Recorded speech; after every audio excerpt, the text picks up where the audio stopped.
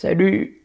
Alors j'avais dit que j'allais prendre quelques jours de repos, mais ce qui se passe en équipe de France avec le départ raté de Didier Deschamps m'incite à reprendre le micro, puisque je ne reprends plus la plume depuis un moment, parce que c'est quand même pas banal ce qui est en train de se passer. Et ce qui s'est passé d'ailleurs depuis quelques semaines autour de l'équipe de France et de la façon catastrophique qu'a Philippe Diallo de gérer tout ça.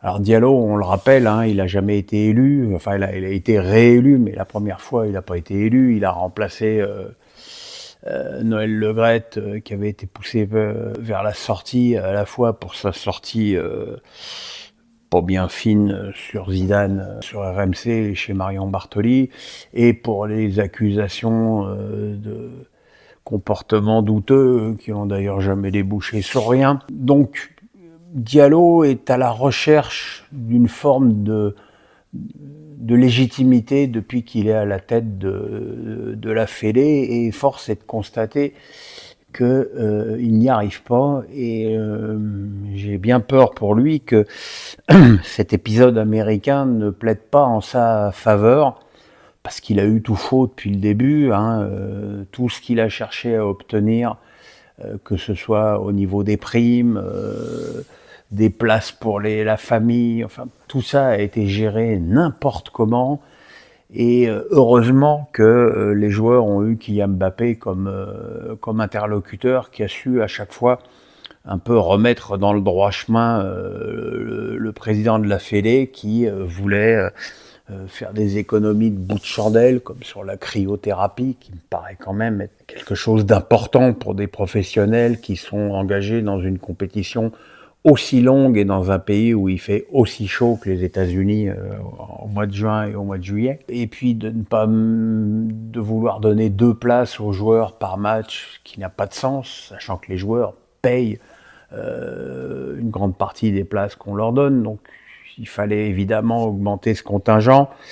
Enfin, des tas de choses comme ça, le voyage du COMEX qui a coûté 120 000 euros, alors que je croyais que l'équipe de France devait faire des économies. On a voulu rogner sur les primes des joueurs, on voulait leur donner des primes que s'ils arrivaient en demi-finale. Enfin voilà, tout ça, c'est pas bon. C'est pas bon. Et là-dessus, le rôle du dénommé Jean-François Villotte, ci-devant directeur général de la Fédé, est particulièrement obscur. Voilà un mec qui n'a aucune compétence pour le foot et qui se mêle de tout et de rien, et qui, à l'arrivée, fait juste n'importe quoi. Et puis, il y a la gestion du cas Deschamps en lui-même. J'ai entendu Daniel Riolo fustiger l'attitude de Deschamps après son dernier match et sur ses déclarations. Mais je suis désolé, et je suis pas d'accord avec Daniel. Je pense que si Didier réagit comme ça, c'est qu'il en a gros sur la patate, et depuis un moment, il en a, bon, on le sait, il en a gros depuis que Diallo a annoncé stupidement qu'il connaissait le nom de son successeur des mois avant le mondial. Je veux dire, secret de Polichinelle, tout le monde sait que c'est Zidane. Et ça, Deschamps en a évidemment pris ombrage. Alors Deschamps n'a pas toujours été parfait, hein.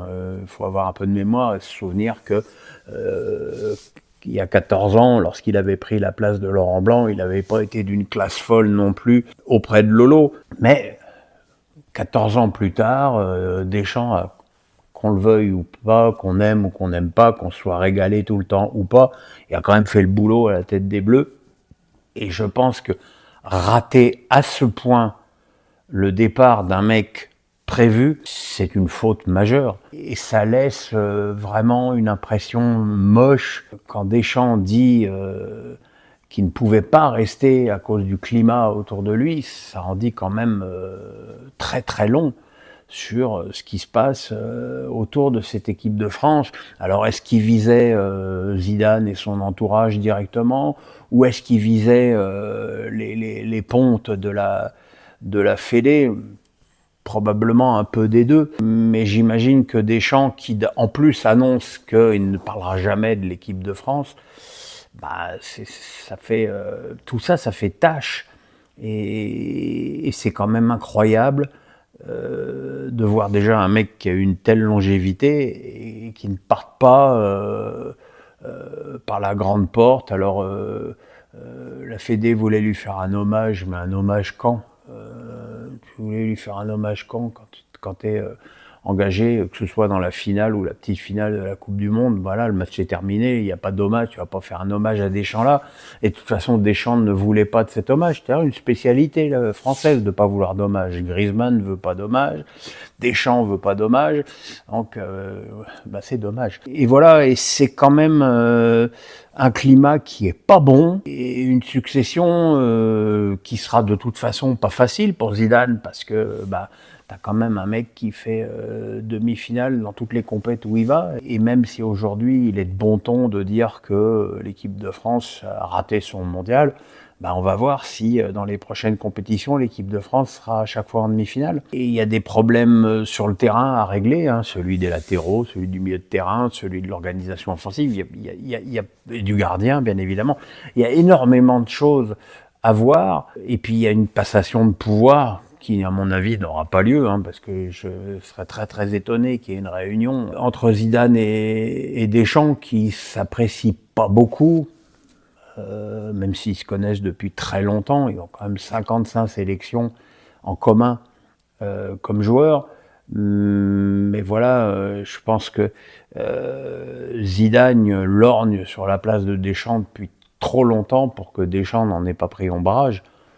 Alors, on peut le regretter ou pas, mais enfin, ça reste quand même humain comme attitude et comme façon de penser. Deschamps, aujourd'hui, il va partir, Stéphane va partir, Raviot va partir, Cyril Moine va partir, Zidane va mettre des gens à sa place, on sait qu'il va mettre Bétoni, on parle de Barthez, on parle de Diomède.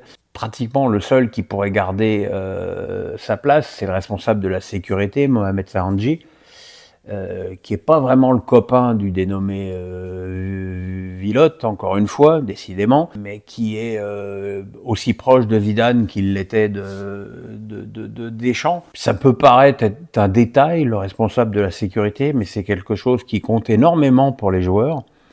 Et il y a un moment où il faut aussi penser au confort des joueurs, ce qui n'a pas été le cas, je suis désolé de le redire, durant cette Coupe du Monde, où effectivement on a dépensé un argent fou pour privatiser tout un hôtel. Bon, ça, admettons, mais derrière on a voulu faire des économies de bout de chandelle sur des trucs qui n'ont pas de sens. Et encore une fois, le fait que Diallo ait passé pratiquement tout le séjour avec les Bleus, mangeant à la table du staff et essayant, tant bien que mal, et plutôt mal que bien d'ailleurs, de s'intégrer au groupe. Voilà, mais c'est fake, ça sonne pas juste, et pour tout dire, je trouve ce Philippe Diallo excessivement mauvais dans sa fonction de président de la Fédé. J'en veux pour preuve, encore une fois, que Deschamps pourrait partir au bout de 14 ans avec la satisfaction du devoir accompli et la fierté d'avoir eu un si long parcours à tête des Bleus, et qui part plein de rancœur et de ressentiment, et que tout ça, c'est pas forcément la meilleure lampe de lancement, rampe de lancement pour Zidane, même si j'imagine que Zidane s'en fout complètement de ce genre de choses. Mais voilà, faut pas que Zidane s'imagine qu'il va avoir un état de grâce infini. Il va arriver, bien évidemment, que dans les premiers jours, ça va être Saint-Zizou, mais la réalité du terrain va vite le remplacer, et si les premiers matchs se passent pas bien, les problèmes vont être clairement dits par des journalistes, si tant est qu'il y en ait encore quelques-uns qui aient le courage de leurs opinions, ce qui n'a jamais été aussi évident que ça avec Zidane, d'ailleurs. Donc c'est vrai que je vais attendre ça avec une certaine gourmandise. Voilà, ça c'était, je trouve ça très triste. Déjà la fin du mondial a été triste avec 2 défaites pour finir.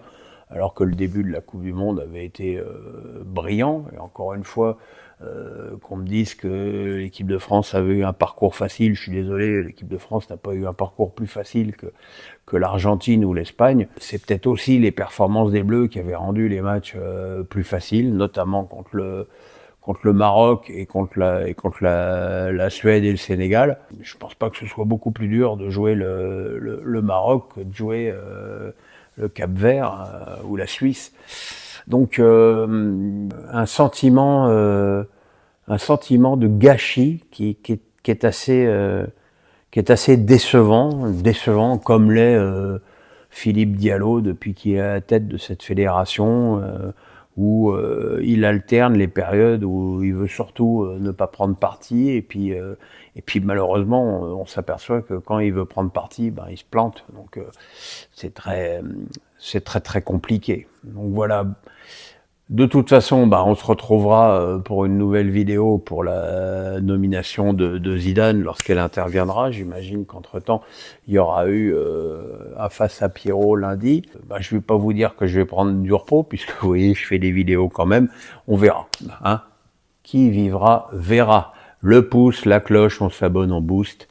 Et puis à tout de suite, à demain, après-demain, à la semaine prochaine. On ne sait pas. Suspense absolu.